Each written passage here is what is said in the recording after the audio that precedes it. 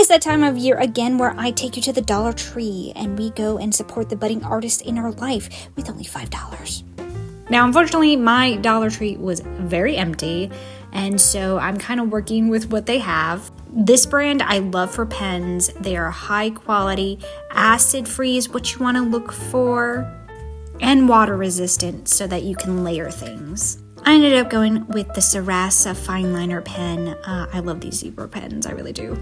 Sharpie is always a great brand to get markers or liners. They're permanent and they're fabulous. Now, I saw these guys and I wanted to try them out. They are scented, but they're also fade proof, and fade proof is what we want. Crayolas also always make a great option. Now, they did have a sketch pad. The paper, they said is medium weight, but I don't know. They also had an activity pad, which was less quality paper. But for $5, they had this huge sketchbook. I thought was very interesting, but we're going to try to stick to the $1.25. It did have thicker paper. The paper was a little coarse textured, so that might hold things better, but we are going to go with this $1.25 sketchbook. And lastly, mechanical pencils. I love these. They are reliable. So we're home. I spent $5. We are going to use our pencils first. Now, I have been an artist for over a decade, and I gotta say that a lot of times media, the paper is kind of a make or break thing. And this paper held up really well with pencil, and I would hope so because it is a sketch pad. But I think the pencil work definitely looked the best out of testing these products. And as for the liner, I felt like it was pretty good, very typical of what I would expect from a liner.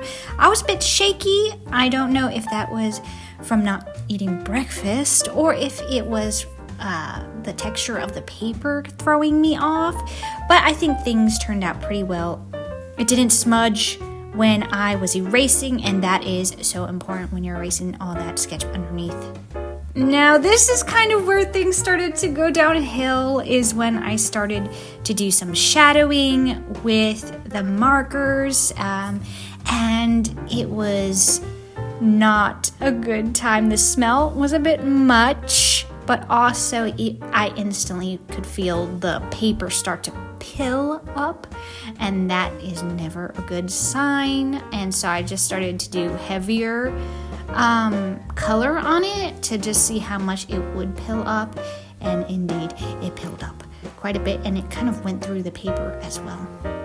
For this Dollar Tree gift guide for the artists in your life, if your Dollar Tree only has this sketchbook, then I would get pencils, maybe even colored pencils, and also these ink liners.